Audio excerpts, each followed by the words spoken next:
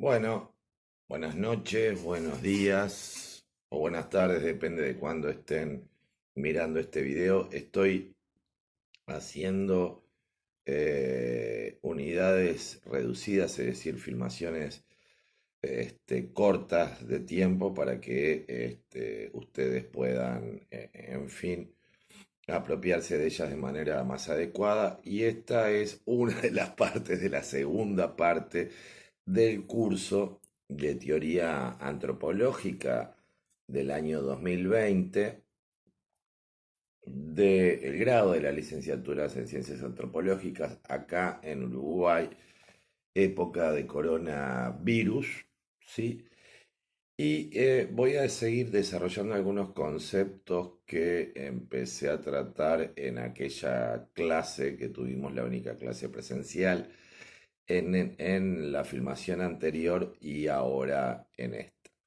Y que tienen que ver con la relación con la teoría, las maneras de ver la teoría desde aquí del Uruguay y las diferentes formas de relacionarse con el conocimiento.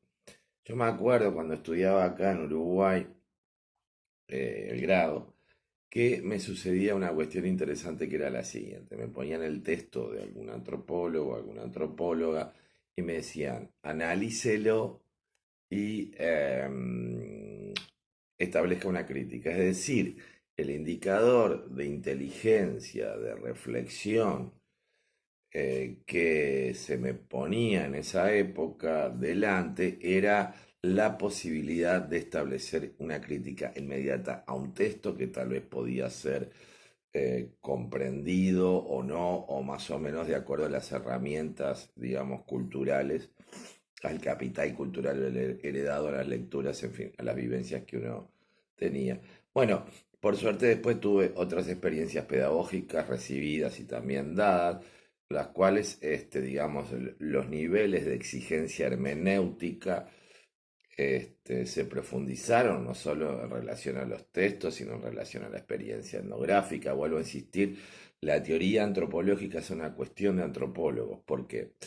No porque, digamos, debamos defender un espacio corporativo ni nada por el estilo, sino porque justamente, y como hacía referencia en la filmación anterior, en el video anterior, la, digamos, construcción teórica para el caso de la antropología es muy difícil de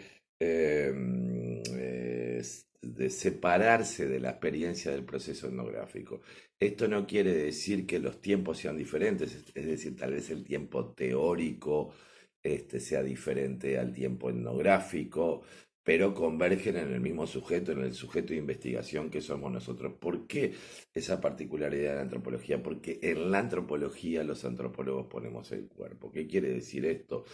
Que inclusive el cuerpo virtual, que el campo de experiencias, ¿sí?, que vamos llevando adelante en el proceso etnográfico y el espacio de construcción teórica, digamos, poseen niveles de conexión, de desconexión, de armonía, de conflicto, etcétera.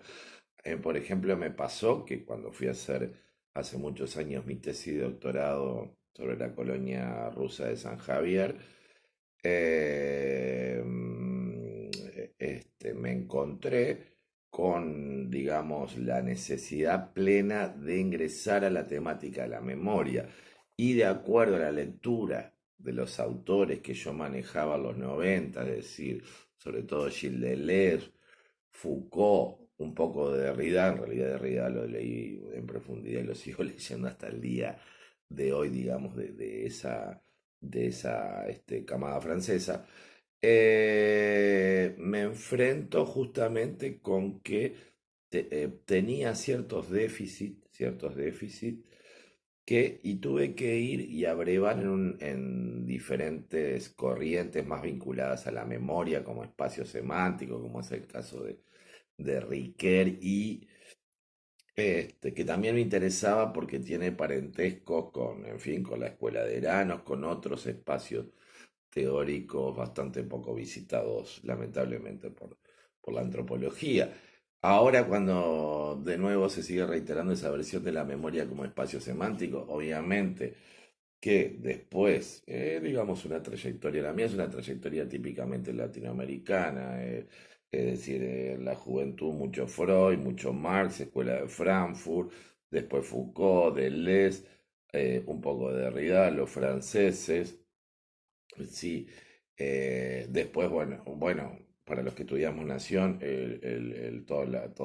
los espacios que tienen que ver con lo postcolonial y, bueno, y la necesidad de comprender qué es pensar desde acá, porque también siempre pensar desde otros lugares, desde otros espacios, la figura del hombre, como dice Foucault, fue construida en el siglo XIX en Europa. Bueno, pero a ver qué es un hombre universal, de qué estamos hablando. Es decir, como le decía, uno de los problemas de la visión de la teoría en estas tierras es la ausencia de humildad. ¿Qué quiere decir la ausencia de humildad? Que bueno, que formas de pensamiento complejo, con cierta complejidad, implican cierta temporalidad, cierta aproximación, perspectivas en torno a las diferentes lugares de donde ahondar un texto, entender que el error en la comprensión de un texto no es falta de capacidad, sino que tiene que ver con dimensiones cognitivas, afectivas, simbólicas, etcétera, y que la crítica sin una apropiación profunda de un texto no quiere decir más que una acción performática para demostrar cuán inteligente soy. Y ahí empieza el proceso de narcisización, perdón, y esterilización, que son un continuo. Entonces, lo primero es la humildad en relación al conocimiento. Sí, yo sé que eso a veces no paga bien por estos lares, pero bueno, creo que la humildad en relación al conocimiento, tomarse el tiempo de comprender, de conocer, de ahondar, no solo tiene efectos en el pensamiento, en la escritura, en la producción de imágenes, etcétera, sino que tiene efectos en uno mismo, que eso es muy importante, sobre todo cuando estamos hablando de antropología. El otro aspecto y tiene que ver con descolonizarnos, es decir, ¿qué quiere decir producir conocimiento desde acá, desde el sur? De esto hablé un poco, se las puedo enviar en la conferencia inaugural que di de la última reunión de antropología del Mercosur en Porto Alegre, es decir, cómo el colonialismo en el pensamiento, y en el caso uruguayo eso es evidente, se basa en el desconocimiento de lo que el otro piensa y en la aclinación. Eso dificulta enormemente el intercambio de conocimiento. ¿Por qué? Porque ahí no hay una búsqueda sincera del conocimiento. Lo que hay es una suerte de importación de lógicas empresariales que son cada vez más evidentes al campo académico, pero también siempre hay algo, también hay un ejemplo que da Alejandro Grimson en la conferencia de la reunión de antropología del Mercosur de acá en Montevideo que me tocó presidir, que es muy interesante los vericuetos que tenemos que hacer las personas que tratamos de construir algún pensamiento desde este lugar por los efectos de desconocimiento, por todas las formas de hipercompetencia empresarial y las formas de colonialismo. Que los agentes, voy a ser burdiano en esto, porque Pierre Bourdieu decía algo, si tiene alguna utilidad su pensamiento y que sigue siendo vigente para estudiar el campo académico, los agentes justamente pueden investirse de ropajes de compromiso, progresistas, de izquierda, o en fin, comprometidos con grandes causas de la humanidad, pero de hecho, en el espacio académico, salvo que con todos los límites del socioanálisis que Derrida le señalaba el pensamiento de Pierre Bourdieu, de cualquier manera, ese ropaje, esa acción performática puede y en general sucede que cubre digamos, intenciones que están dentro de lo más abyecto que uno puede encontrar en un ser humano. Bueno, Freud ya habló bastante de eso, de esa bondad justamente elaborada, construida, que alberga otras afectividades, otros sentimientos, otras maneras de estar. Y hoy en día creo que esto se vuelve cada vez más evidente y cada vez más claro con todas estas subjetividades desdobladas, con, en fin, la falta de profundidad en el mundo a cambio de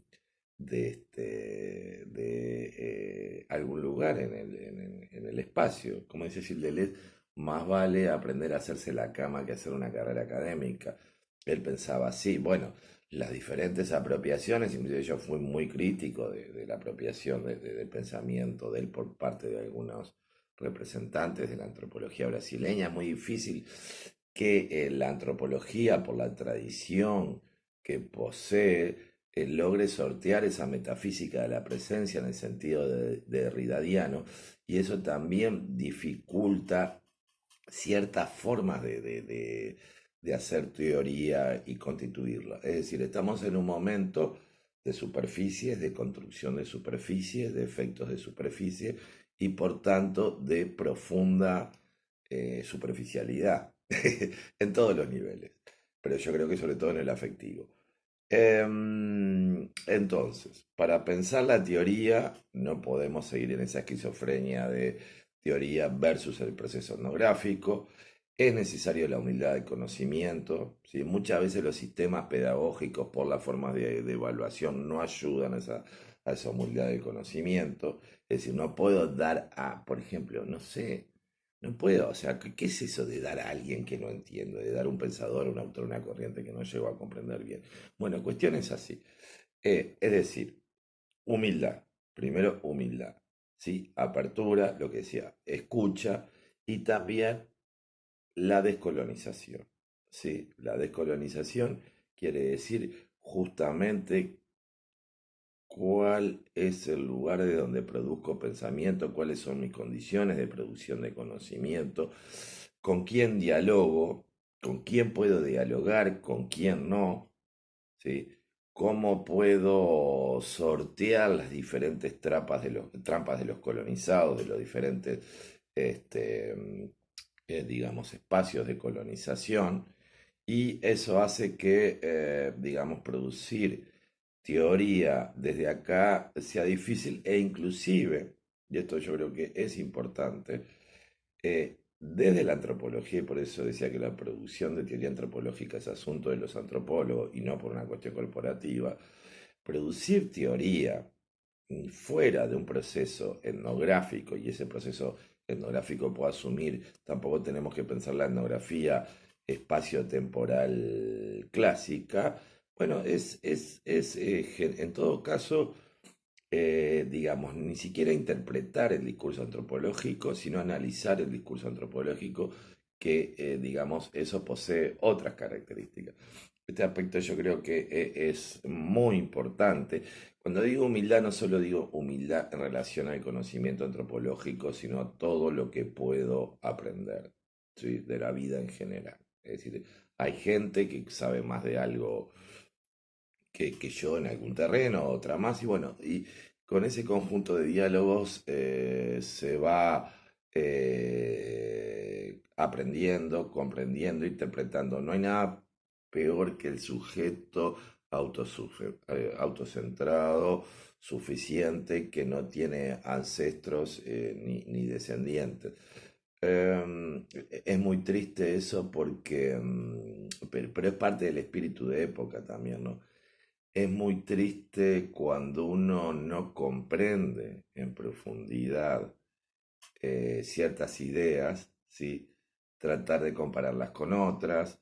Es muy triste también no ahondar en profundidad en el conocimiento del otro porque está cerca mío. Es decir, todas esas cuestiones colonialistas que en el caso uruguayo de comarca pequeña, de aldea pequeña, en fin, de afectividades sumamente instrumentales e instrumentalizadas, bueno, todos esos niveles de pensamiento se complican muchísimo más. Entonces, la idea de este recorrido teórico es trabajar la memoria, tratar de conectar algunos elementos, también de desconectar otros, pero no vuelvo a insistir de una visión de la memoria semántica, saudosista, romántica, conservadora, extremadamente conservadora, sino desde una perspectiva en la cual